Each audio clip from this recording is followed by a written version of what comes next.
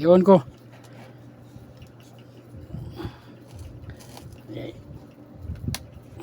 Yan, naka-on na guys. Kita ba ang power meter guys? Ang 6-in-1 450 okay. So atin itong pakuliin guys. So kaya niya ang rice cooker. Pag kaya niya ang rice cooker guys, ang refrigerator mas kaya niya. Kasi ang refrigerator labing taas na wattage ng refrigerator, mga sa iyahang lock rotor ampere sa first nating pa-start sa refrigerator, malakas ang kanyang amperahe, tataas.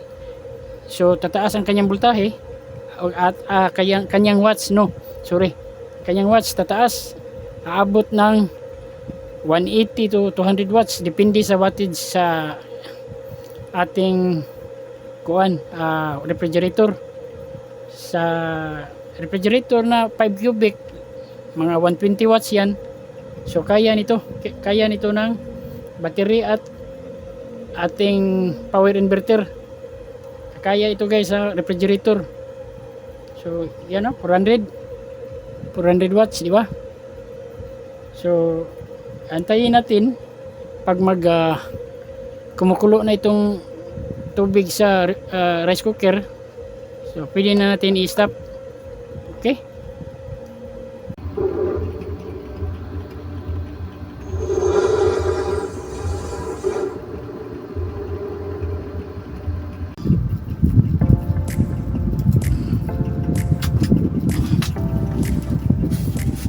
Hello! Welcome back to my channel. At kumusta kayong lahat? Sana nasa mabuti tayong lahat. Ngayon ang ating gawin na content, ito, meron tayong bagong LiPo4 lithium battery. Ito ay doon ko na na-unbox sa workplace ko. So doon ko na rin tinap. Kailangan kasi natin na iparallel muna para siya mag-balance. So ngayon, balance na ito sa tingin ko, kasi 2 araw na sa start na ko sa pag parallel sa 4 tag 3.2. So ngayon, sa tingin ko pareho na itong mga voltahe. So ating i-reading ang kanyang voltahe.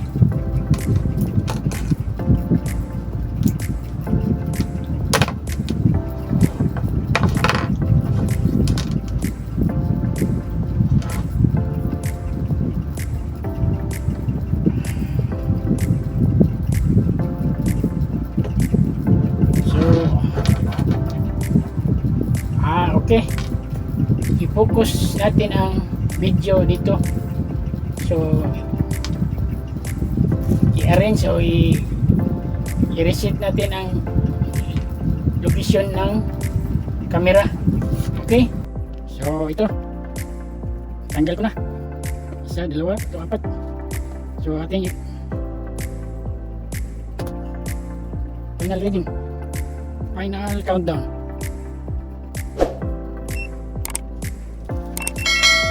Okay.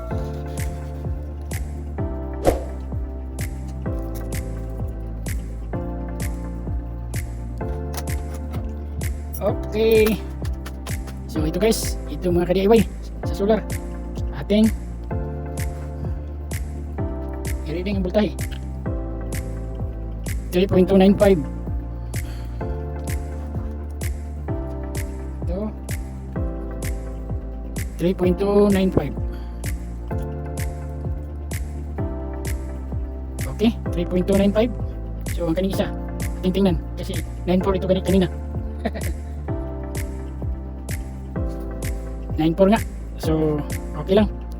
Mabalance na ito pag malagyan na natin ng active balancer. So ito, atin na itong 12 volts. Okay.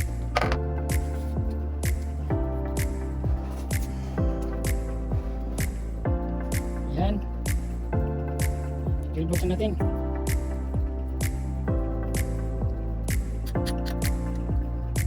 Ating lagyan ng busbar. At itong isa, set up na lang natin muna. Okay, ito na. Yan.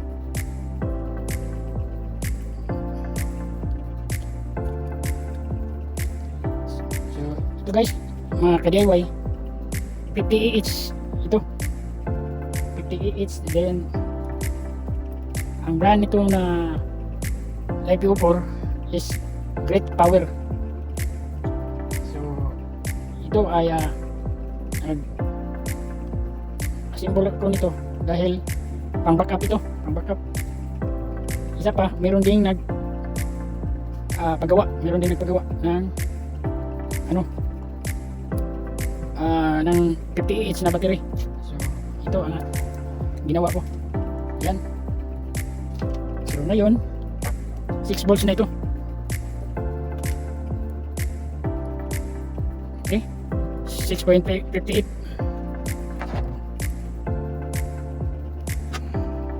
Ito ang next. Kailangan hindi tayo magkamali. Kapag magkamali tayo, grabe ang spark nito. Pag iharap, malakas. Malakas ang kuryente nito, ang power.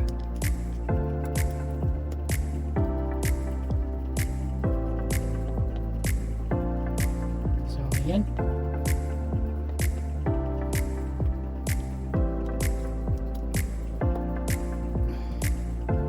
Atin itong susubukan. Matagal ba itong malubat? So ito, negative, positive, negative. So ito positive, negative, positive. Dito na naman. I-reading natin ang tatlo. 9 volts na ba siya?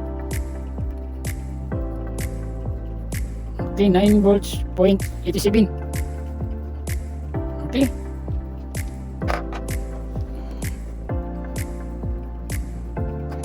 So dito na tayo last. Ito, pag mag-install tayo ng busbar, kailangan i-complete muna natin para sigurado. Pag hindi mag-spark, okay, very good.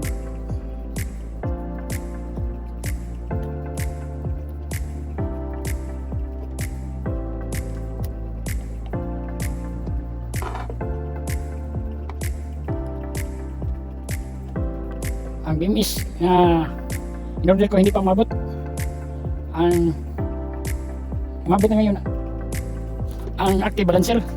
So pwede lang muna pag mag testing tayo. Lagyan ko na, pag matapos na ito, lagay na itong active balancer, atin itong i-try ng inverter. Ating subukan, andalin ang electric fan or ano ba, light or rice cooker. Pag matapos ma-install na ito. Okay, so okay na ito. Yan. So ngayon, reading natin 12 volts na ba siya?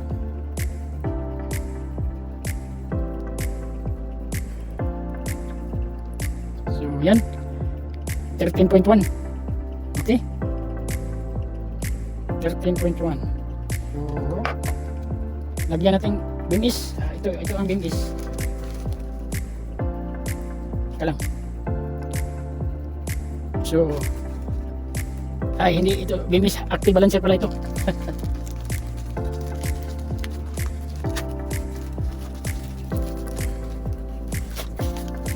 Okay, ito na ang active balancer. Yan.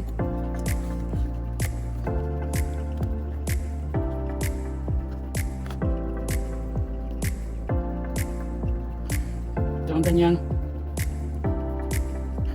wire cord connection sa negative, positive 1, positive 2, positive 3, positive 4. Okay,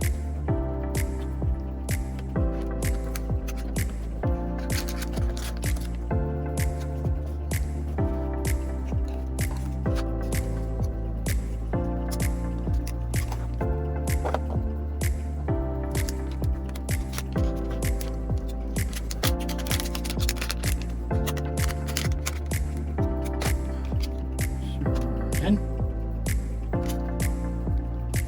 Ito 5 ampere active balancer. So mas maganda itong cable connection niya, lagyan ko muna ng terminal lag. So okay, lagyan ko muna. So yan, isa pa muna aking nilagyan. So positive 1, itong green cord, green wire. So okay na mga ka-DIY, lagyan ko na ang 5. So ito negative, ito itim. So ang next green. So ito green, positive 1 itong green, diba? Black, green. So positive 1, lagay natin dito sa positive 1.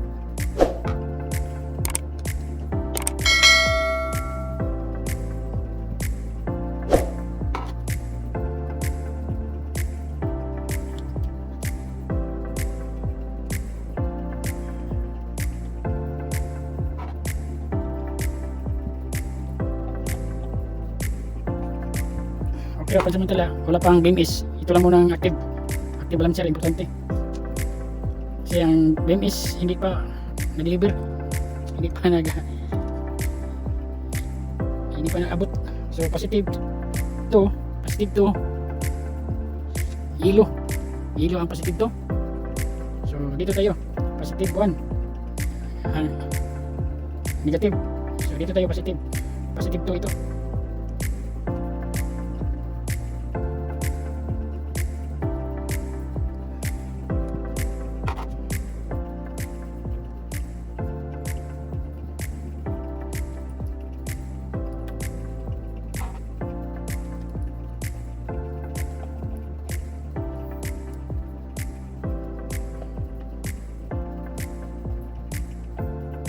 Okay, positive 2. So negative na naman ang kanyang opposite at bang. So dito na tayo sa positive 3. Positive 3 is white. Okay, ito positive 3. Black, green, yellow. Dito na tayo sa positive 3, white. Okay.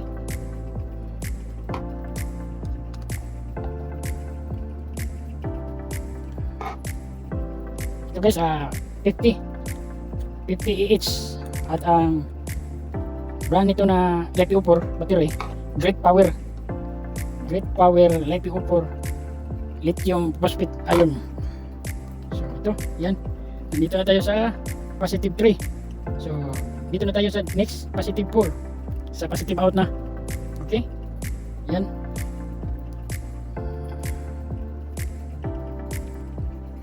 Positive 4.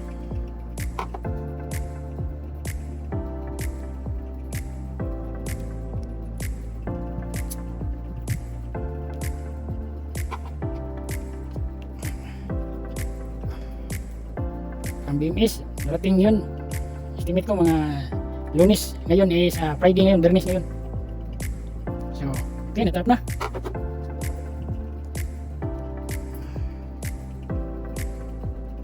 Ito ang gagawin natin mamaya.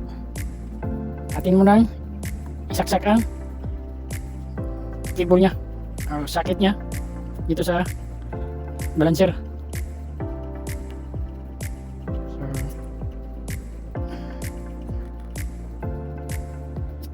Yan, umilaw na siya. So okay, ang ganda nito, ilagay natin ito sa kanyang plastic. So ito ang kanyang lalagyan. Ito ating lalagyan para safety, walang, pero pwede naman dito natin fix. Temporary lang muna ito.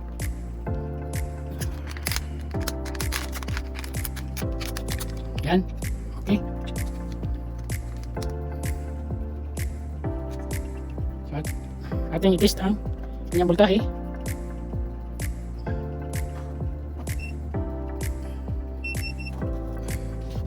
Okay. Positive. Okay, itong positive. At ito ang negative. Okay.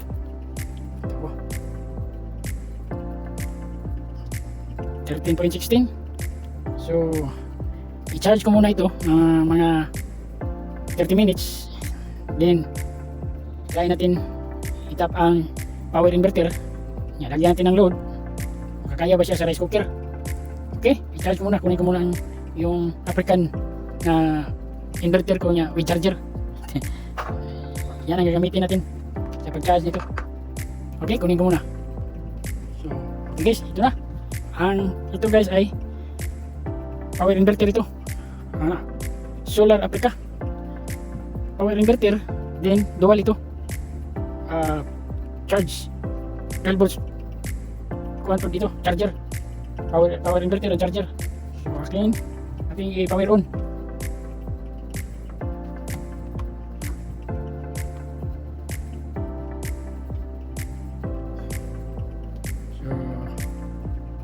Yan, kalimutan ko i-test muna natin, meron bang power ito, meron bang 12 volts.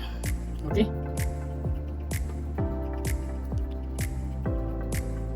so ito ang positive. Yan, positive. Ito ang negative. Ito meron siyang DC 16 volts.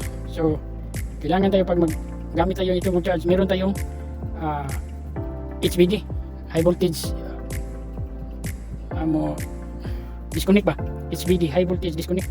So ngayon, mga 30 minutes lang, okay na. I-charge natin ito ng mga 30 minutes. Pwede na. Okay, charge natin. So ito ang negative. Ito naman ang positive. Positive. Atin mo lang to make sure. I-testing natin, i-testing.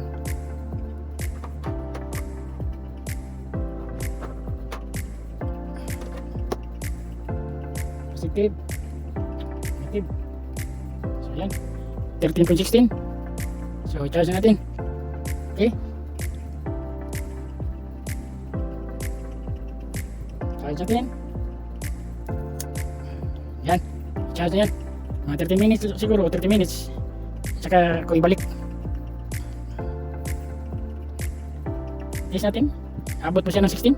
Sa pangyayon, palagay ko hindi, kasi 13 lang ito, 13 lang yun. So meron ng 13.2. Okay, so ngayon natin pangalawang test. Na-charge pa siya.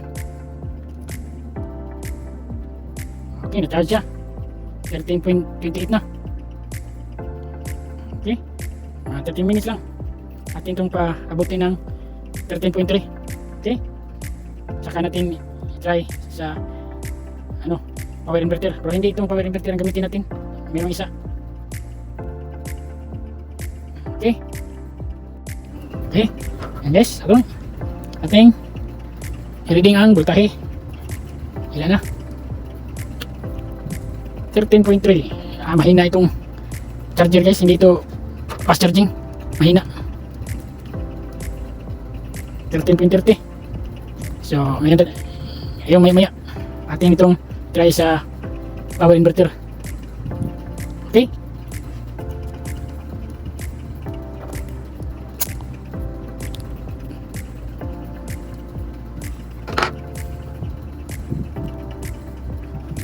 so ito na guys, hindi natin patagalin pa.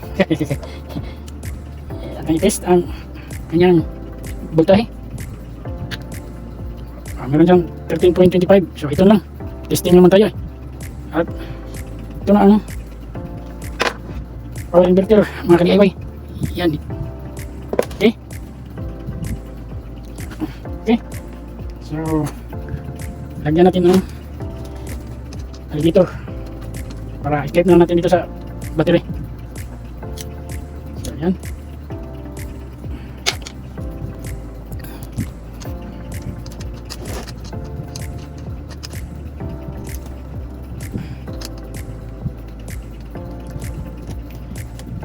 Ito guys, maganda ito, diba? Pwede 12 volts ang power supply in to 20 volts. Pwede sa dito guys 24 volts to 20 volts. So ito maganda itong klase guys, smart inverter. So maganda sa ito, makaya ito ng refrigerator basta ang ating battery life PO4 lithium.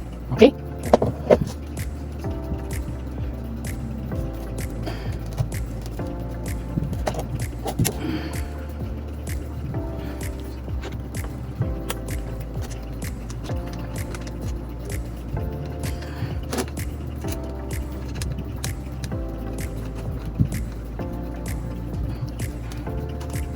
Ayan.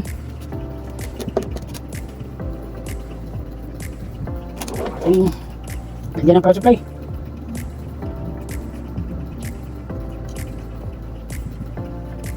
Negative. Ito positive.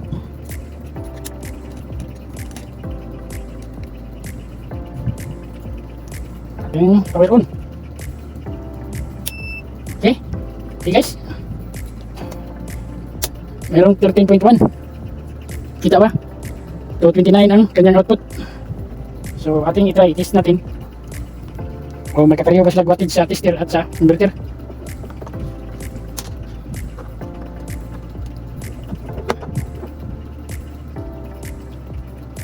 So 223.9. Okay. So gumagana siya guys. Meron siyang 13.1. Kasi katong yung charger ko na aplikahan, mahina ito. Mahina yun. Mahina siya mag-charge. So ano bang i-try natin? I-testing ito.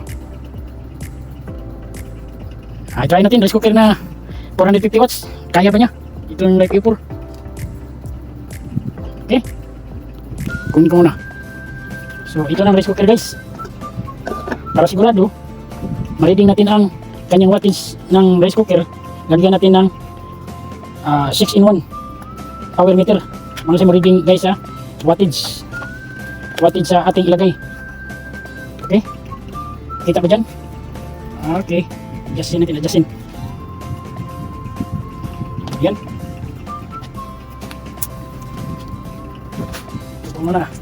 Check ko muna ito guys ha.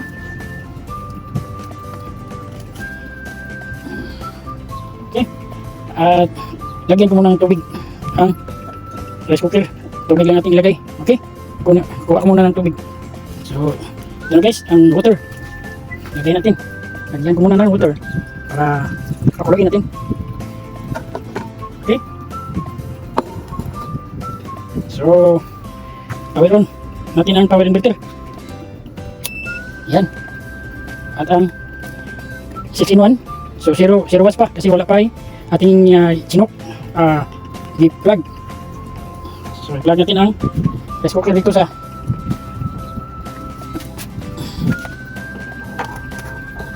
okay. So guys, kita ba guys? Yan, i-plug ko dito. So naka-power on na yan guys, 0 pa. Pero ang rice cooker hindi pa na on. Iwan ko. Yan, ikaw na guys. Kita ba power meter guys? Ang 6-in-1 na 450. 400, okay. So atin itong pakuliin guys. So kaya niya ang rice cooker. Pag kaya niya ang rice cooker guys, ang refrigerator mas kaya niya. Kasi ang refrigerator labing taas na wattage ng refrigerator, mga sa iyang lock rotor ampere. Sa first nating pa-start sa refrigerator, malakas ang kanyang amperahe, tataas. So tataas ang kanyang voltahe at kanyang watts, no, sorry, kanyang watts tataas, aabot ng 180 to 200 watts depende sa wattage sa ating refrigerator. Sa refrigerator na 5 cubic, mga 120 watts yan. So kaya nito ng battery at ating power inverter. Kaya ito guys sa refrigerator. So yan o, 400 watts, di ba? So antayin natin pag kumukulo na itong tubig sa rice cooker. So pwede na natin i-stop. Okay. Yan. Meron siyang voltahe na 222. Then ang ampere niya 2.01 ang ampere. Yan guys, ang power factor niya is 100 ang power factor. Okay, so ang kanyang kilowatts hindi na kasi ginagamit ko na ito at hindi ko pa na receipt itong kilowatts. So wala itong gamit. Merong 15 kilowatts na 0.07 kasi palagi ko na itong ginagamit pag meron akong mga nire-repair na appliance or anong klase sa appliance. Gamitan ko nito na 6-in-1 para ma-reading natin ang tamang wattage ng appliances. Okay. Tingnan natin, kumukulo na ba? So malapit na kumukulo. Malakas na ito humigop ng power sa battery guys. So pwede na, kumukulo na. Diba? Kita, kumukulo. So atin ang i-stop. Okay. Okay, stop na. So ang power, ang voltahe sa ating battery, meron na lang 12.8. So malakas siya kumakain ng power sa battery. Kanina pag start natin 13.2. So ang natitira 12.8. So dahil ang battery natin 50 AH lang ito. Pag 100, hindi yan makaabot ng 12.8. Nala siguro sa mga 13.1. 1 lang ang makuha niya. Kung 100 ito. 50 AH lang ito. 50 ampere hour. So okay, maganda ito guys. At ang ating power inverter. Okay na dito guys, ang power inverter natin. Kita ko sa inyo. Ay, init ah.